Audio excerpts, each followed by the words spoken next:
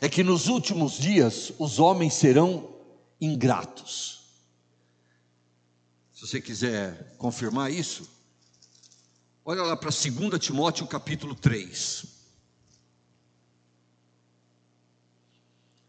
Aliás, você notou que os versos lidos em 1 Timóteo começam dizendo nos últimos tempos. Agora 2 Timóteo capítulo 3. Sabe, porém, isto: nos últimos dias sobrevirão tempos difíceis, pois os homens serão egoístas, avarentos, jactanciosos, arrogantes, blasfemadores, desobedientes aos pais, ingratos. Sabe de uma coisa?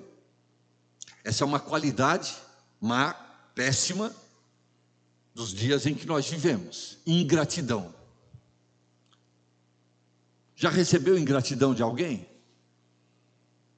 Por ter feito alguma coisa para aquela pessoa, materialmente, emocionalmente ou espiritualmente falando, e depois você recebeu em troca ingratidão? Se você recebeu isso, você sabe como dói no coração. Porque quando a gente faz bem para uma pessoa, a gente cria uma expectativa de um reconhecimento da parte daquela pessoa, e pelo menos um muito obrigado cabe bem, né? Agora, você já pensou que há cristãos que, quando sentam na mesa e tem um prato de alimento na frente, manifestam uma ingratidão tremenda a Deus por nem agradecer o arroz e feijão que vão comer? E é óbvio, eu não estou falando só de mundanos, eu estou falando de cristãos. Uma das últimas 2, 3 meses atrás, fui pregar numa igreja lá em São Paulo, e um casal, mas a filha, me levaram ao restaurante, terminado a escola dominical, para a gente almoçar. Cada um se serviu, inclusive eu, sentamos à mesa, e eu estou esperando o irmão que me convidou, e dali a pouco, os 3, marido, mulher e a filha, já estão na metade do prato, e ninguém agradeceu a Deus pelo alimento. Cristãos. Eu me lembro de ter sido ensinado pelo seu Ramon, e isso fazer, mesmo quando a gente, às vezes à tarde, tomava um chá com bolachas, enquanto a gente não desse graças, ninguém estava autorizado a comer. E eu acostumei com isso, e a minha garganta hoje, ela fecha, e ela só abre depois do amém da oração. Agora pode comer, agora pode engolir aquilo que Deus deu. Meus queridos, o que eu quero dizer para vocês é que eu aprendi a ser grato a Deus pelo que Ele nos dá.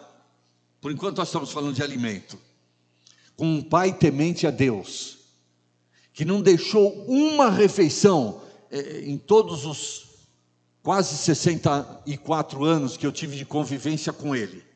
Não deixava uma refeição sem dar graças a Deus pelo que estava à mesa. Uma criança, depois um jovem, depois um adulto aprendeu isso com um pai temente a Deus. Você está percebendo onde eu estou querendo chegar? Quando um pai de família reúne a família em torno da mesa, nós vamos agradecer a Deus. Ele está passando para a sua família uma atitude que vai ser aprendida e depois copiada. Então ele está estabelecendo um padrão de conduta para a sua família. Qual é o padrão de conduta? Vamos ser gratos a Deus pelo que Ele nos dá. E sabe de uma coisa mais que o seu Ramon me ensinou? Ele não admitia que depois de darmos graças pelo alimento, alguém reclamasse da comida.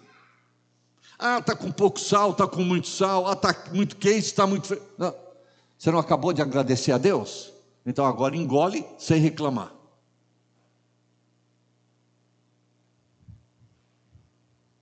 Interessante como essa atitude de gratidão a Deus, depois ela tem os desdobramentos. E sabe por que eu estou dizendo isso, meus queridos? Porque nós somos muito propensos a reclamar se está faltando sal na comida, ou se tem sal demais. Mas quantas vezes a nossa esposa acertou no sal e nós não elogiamos? Mas se durante uma semana, fazendo aí 14 refeições, pelo menos, almoço e janta, né, sem contar o café da manhã, se ela errar uma vez no sal, a gente reclama. E nas outras 13 vezes que ela acertou no sal, a gente não elogia. Desculpa, eu não estou falando de vocês, eu estou falando da minha natureza. A minha natureza é propensa a fazer isso. Mas se serviu para você, então aprenda o que eu aprendi com o seu Ramon. Eu acabei de dar graças pelo alimento, então não vou reclamar da maneira como foi feita. E pode ter errado. E se tem um pouquinho de sal a mais, um copo d'água do lado, e uma garfada e uma golada de água, pronto. E se tem sal de menos, pega o saleiro, põe mais um pouquinho, mas sem reclamar. Porque isso mostra um coração grato a Deus pelo que Ele nos deu. Agora, eu quero alargar um pouquinho esse pensamento. Porque a hora que a família está reunida à mesa e é dado graças, a família vai ter um padrão a ser imitado. É o padrão de ser grato a Deus por tudo que Ele nos dá. Então agora vamos alargar um pouquinho isso. Não só pelo prato de arroz e feijão, e pela salada, e pelo bifinho, ou ovo frito que a gente tem no prato, mas por aquilo que Deus nos dá.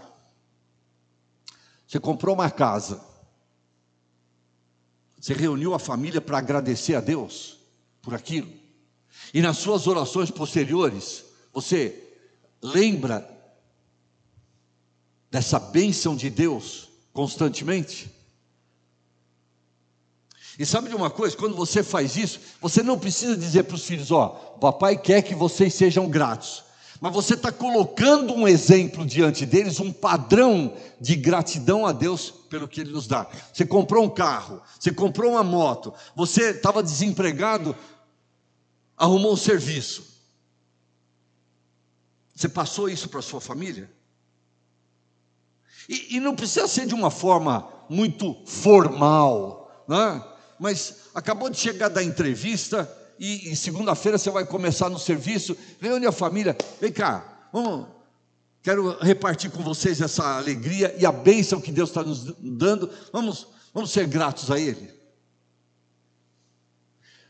Meus irmãos, quantas vezes nós temos ouvido nas reuniões de oração o pedido de um irmão que está desempregado, mas quando ele arruma serviço, pouquíssimas vezes nós ouvimos gente agradecendo a Deus. Irmãos, eu queria que vocês agradecessem porque vocês oraram, Deus me deu esse emprego e agora quero ser grato a Ele, quero que vocês agradeçam também. É verdade ou não é?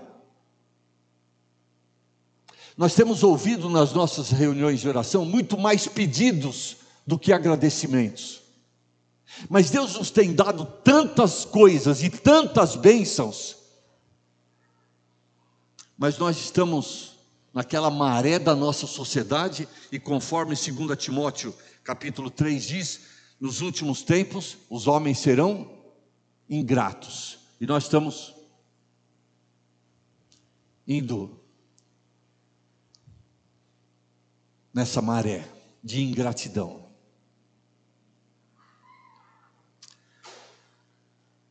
Eu me lembro quando nós estava na casa do seu Ramon, cada refeição era uma oportunidade da família estar junta, agradecendo a Deus por algo. E eu me lembro depois que a gente tentou passar isso também para os nossos filhos. Essa gratidão a Deus pelas suas bênçãos.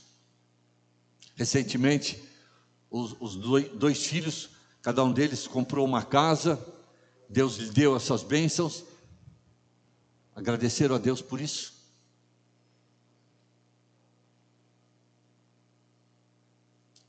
Como tem sido a nossa reação às bênçãos que Deus tem colocado nas nossas mãos, nas nossas vidas? Um líder de família que faz isso constantemente, ele está colocando diante da sua esposa e dos seus filhos um padrão a ser imitado. E como eu estou acabando de dizer para vocês, eu aprendi com o seu Ramon, eu vi o seu Ramon fazer isso, nós temos que deixar agora para os nossos filhos esse mesmo padrão de gratidão a Deus pelas bênçãos recebidas. Ou será que os nossos filhos têm nos visto reclamar muito mais das coisas que nós gostaríamos de ter, do que agradecer pelas bênçãos já recebidas? Como tem sido nosso comportamento? Vamos fazer uma avaliação de como nós temos reagido diante de Deus? Vamos olhar o Salmo 118.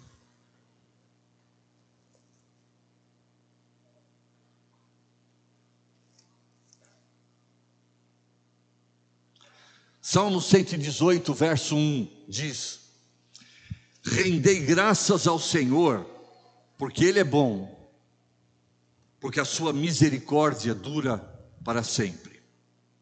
Diga, pois, Israel, sim, a sua misericórdia dura para sempre. Diga, pois, a casa de Arão, sim, a sua misericórdia dura para sempre. E por casa de Arão aí, entenda, a família de Arão. E como é que a família de como a família de Arão ia dizer a sua misericórdia dura para sempre? Se Arão os ensinasse.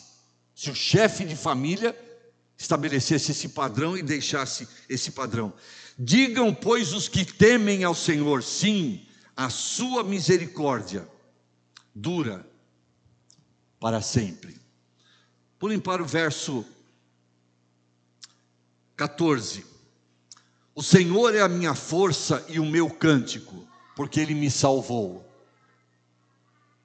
Nas nossas orações, nos nossos cultos domésticos, eu estou pressupondo que vocês fazem isso com a sua família, não é? Eu sei que culto doméstico é uma espécie em extinção, infelizmente, mas eu estou pressupondo que vocês realizam com a sua família, não é? E nesses cultos domésticos, um motivo de gratidão frequentemente colocado diante de Deus é a nossa salvação, porque todas as bênçãos começam aí. O salmista diz: o Senhor é a minha força e o meu cântico, porque Ele me salvou. Ele me salvou. E porque Ele me salvou, o que o salmista fazia? Cantava louvores ao Senhor. O salmo, inclusive, foi composto com essa finalidade. Um salmo de gratidão a Deus pelas bênçãos. Agora, olha o verso 15. Nas tendas dos justos, a voz de júbilo e de salvação, a destra do Senhor faz proezas. Bom, nós não moramos em tendas, moramos em casas, mas a ideia é a mesma. Onde a família dos justos mora, o que deve estar lá? Voz de júbilo e de salvação. E essa voz de júbilo e de salvação é uma voz de gratidão a Deus pelas bênçãos recebidas. Mais uma vez eu digo, é o líder colocando um exemplo de gratidão a Deus para ser imitado pelos seus familiares. Temos feito isso, irmãos? Temos agido dessa forma? Na casa onde nós moramos, quando nós reunimos a família? Eu quero voltar mais uma vez a pensar um pouco nas refeições. Eu sei como é que é a vida hoje, corrida. Muitas vezes não almoçamos a família toda no mesmo horário, porque uns têm um horário.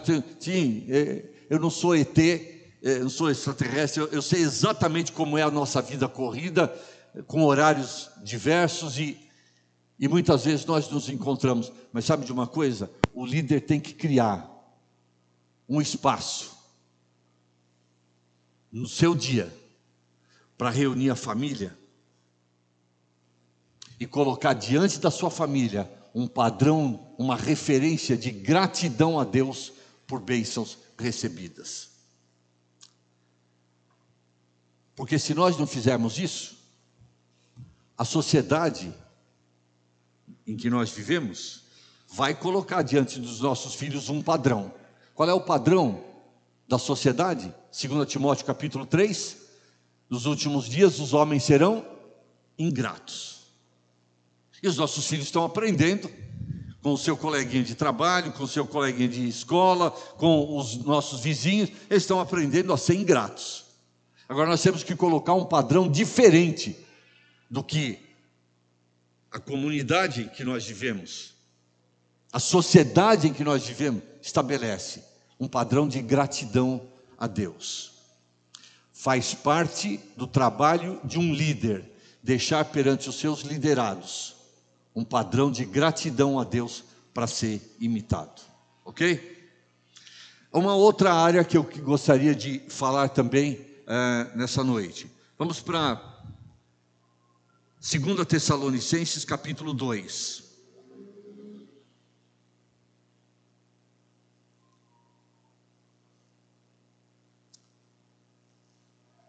Segunda Tessalonicenses, capítulo 2.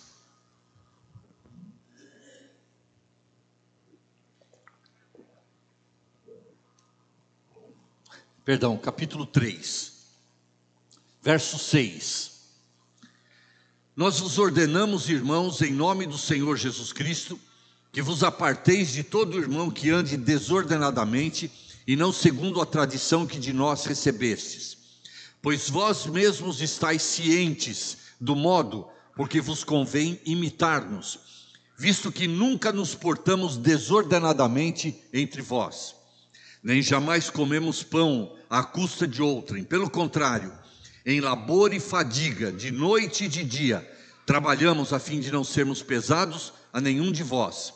Não porque não tivéssemos esse direito, mas por termos em vista oferecer-vos exemplo em nós mesmos para nos imitardes. Porque quando ainda convosco vos ordenamos isto, se alguém não quer trabalhar, também não coma. Pois de fato estamos informados de que entre vós há pessoas que andam desordenadamente, não trabalhando, antes se intrometem na vida alheia. A elas, porém, determinamos e exortamos no Senhor Jesus Cristo, que trabalhando tranquilamente, comam o seu próprio pão. Qual é a área que eu gostaria de abordar com vocês? Primeiro foi uma atitude de ser gratos a Deus. Mas qual é a área que nós estamos lemos esses versículos agora? Nosso trabalho, nosso serviço. Ok? Como líderes de famílias, nós temos que dar um exemplo em relação ao trabalho. A maneira como nós encaramos o trabalho. Os objetivos pelos quais nós trabalhamos. O apóstolo Paulo, tanto na primeira carta aos Tessalonicenses, quanto na segunda, ele trata disso. E ele mostra, acima de tudo, o exemplo que ele deixou. Como aquele que plantou a igreja lá em Tessalônica, aquele que anunciou o evangelho pela primeira vez, ele deixou um exemplo não só em relação às coisas espirituais, mas em relação às coisas materiais também. E ele diz na primeira carta, e agora repete na segunda carta: eu deixei um exemplo de um trabalhador para ser imitado. Ele disse isso, verso 9: nós tínhamos o direito de não trabalhar pelo evangelho que nós anunciamos a vocês, mas nós tínhamos em vista oferecer-vos exemplo em nós mesmos para nos imitardes. Então, agora vamos chamar isso para nós, como chefes de família, como maridos e pais. Qual é o exemplo que nós temos que deixar para os nossos liderados em relação ao trabalho? Bom, eu conheço até segunda-feira, no grupo de evangelismo, alguém perguntou para um chefe de família se ele gostava de trabalhar. Ele falou: gostar eu não gosto não, eu trabalho porque eu preciso. Então veja, por que razão ele trabalha? porque tem contas para pagar e precisa de dinheiro para pagar essas contas. É a única razão que ele colocou pela qual ele trabalha. Essa deve ser a única razão pela qual nós trabalhamos? Em primeiro lugar, é preciso reconhecer que o trabalho foi uma ordenança do Senhor.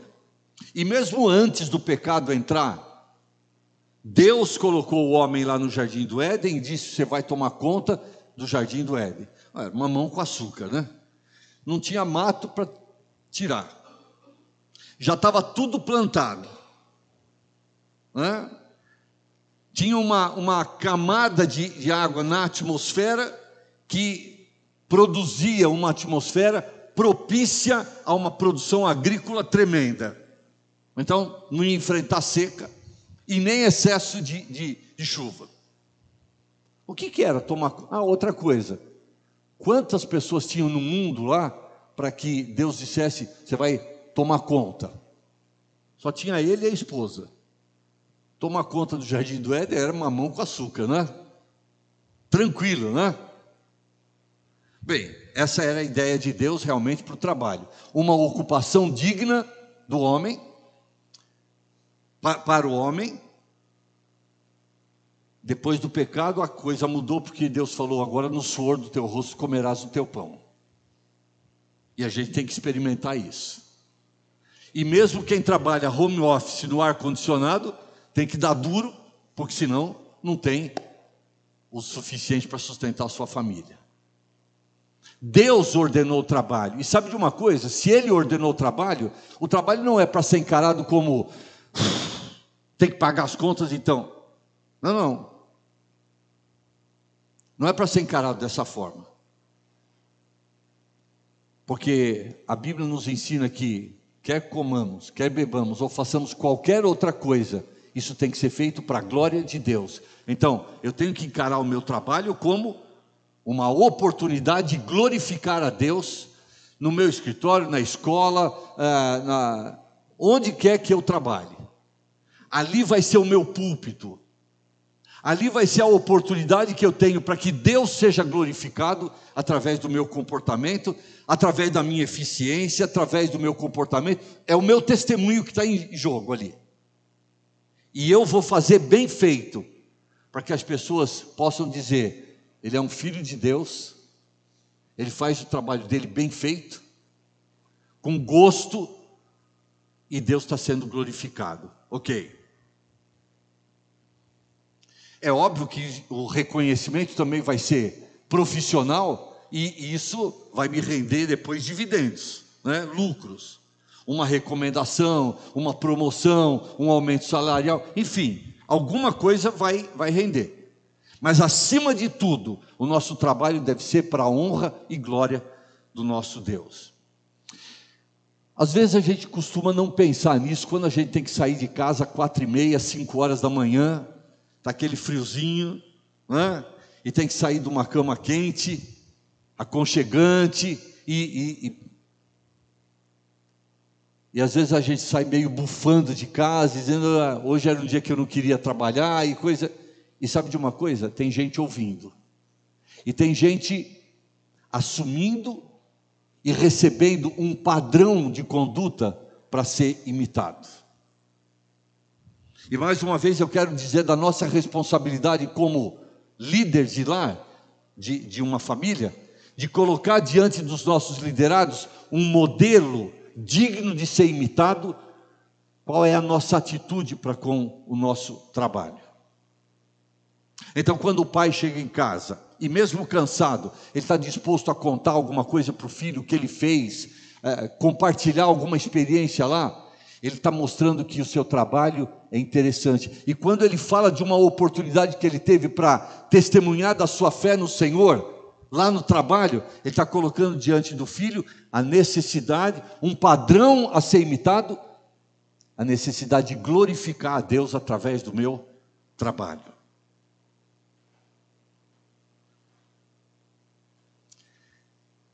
Também é importante reconhecer que o nosso trabalho é o meio pelo qual Deus sustenta a nossa família. É verdade. Deus sustenta a nossa família. Mas apesar de Deus sustentar a minha família durante anos, eu nunca vi cair uma cesta básica do céu lá no quintal da minha casa. Isso já aconteceu na casa de vocês? Não, né? E no entanto a gente vive dizendo, Deus sustenta. Mas como que Deus sustenta? Ele quer usar o pai de família como parceiro dele. Ele abre a porta de emprego, ele dá saúde, ele dá os meios para que tudo isso seja concretizado, mas ele quer que o pai de família seja um trabalhador. E sabe de uma coisa? Eu estou vendo hoje muitos influencers digitais e muita gente fugindo de trabalho e querendo ganhar o pão de cada dia, e às vezes até mais do que o pão de cada dia, sem trabalhar. Agora, o trabalho tem que ser reconhecido como ele vai ser um meio que Deus vai usar para que algumas qualidades do meu caráter sejam formadas. Por exemplo, responsabilidade de horário. Como é que a gente aprende isso? Serviço. Porque se eu chegar atrasado, a primeira vez é uma carta de advertência, a segunda vez, segunda carta, a terceira vez, até logo, obrigado, e na mesa do chefe do setor, tem uma pilha de currículos. Não é assim? Então eu tenho que criar responsabilidade quanto a horário. Isso é uma coisa extremamente proveitosa para a nossa vida, inclusive material secular. O trabalho nos ensina isso. E depois nós vamos usar isso também no trabalho do Senhor. Por que as nossas reuniões começam com um público e terminam com bancos mais cheios? Porque nós não aprendemos responsabilidade de horário.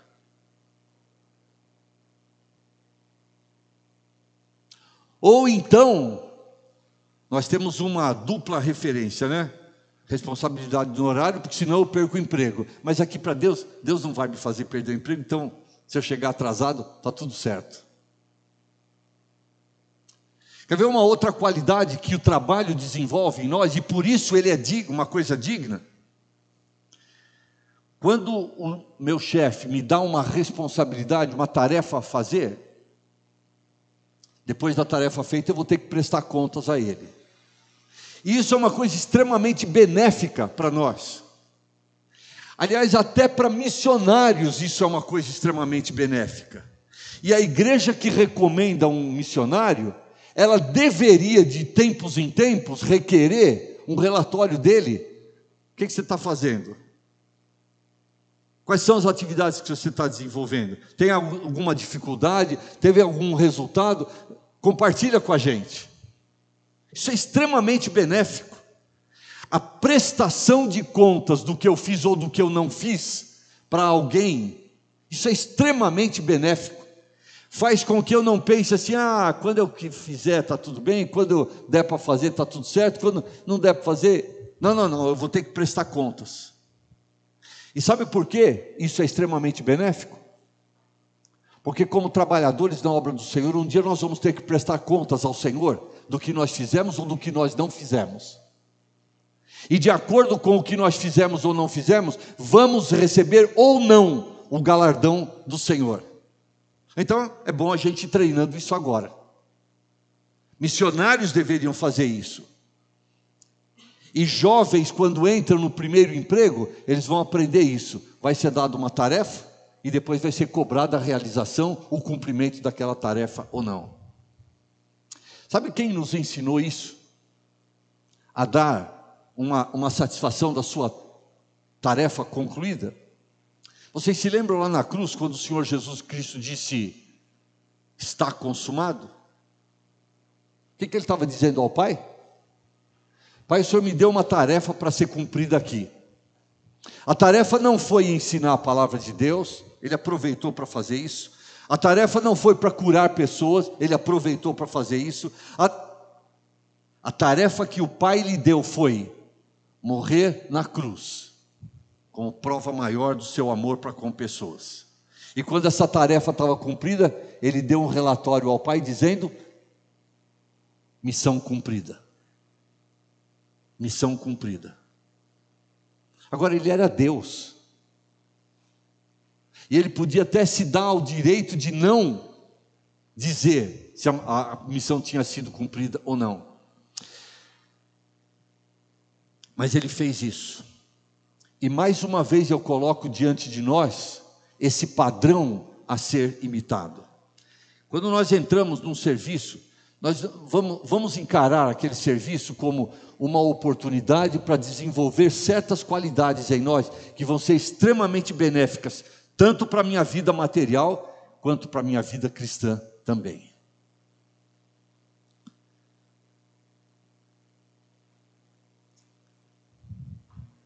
Para nós terminarmos, quero colocar esse exemplo do Senhor Jesus diante de nós. Vamos para o Evangelho de João, capítulo 5.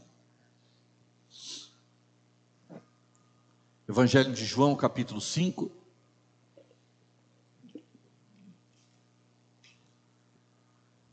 Versículo 17. Quando Jesus disse: meu Pai trabalha até agora, e eu trabalho também. Por que nós devemos trabalhar?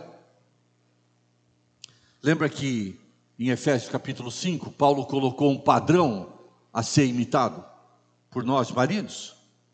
O padrão de Cristo.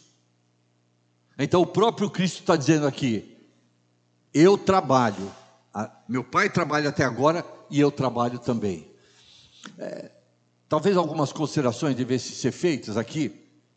Quando Deus criou o mundo em 6 dias, o 7º dia ele estabeleceu que seria o dia de descanso. Descanso para quê? Para apreciar toda a obra da sua criação.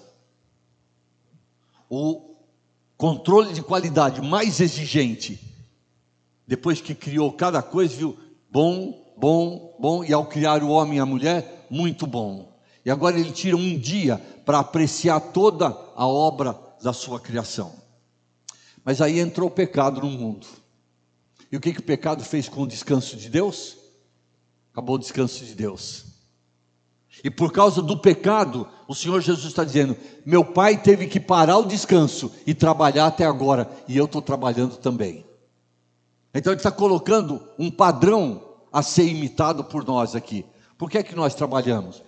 Nós já vimos, porque Deus estipulou o trabalho, porque o trabalho desenvolve certas qualidades em nós, mas acima de tudo, porque trabalhar significa copiar o exemplo deixado pelo Senhor Jesus Cristo.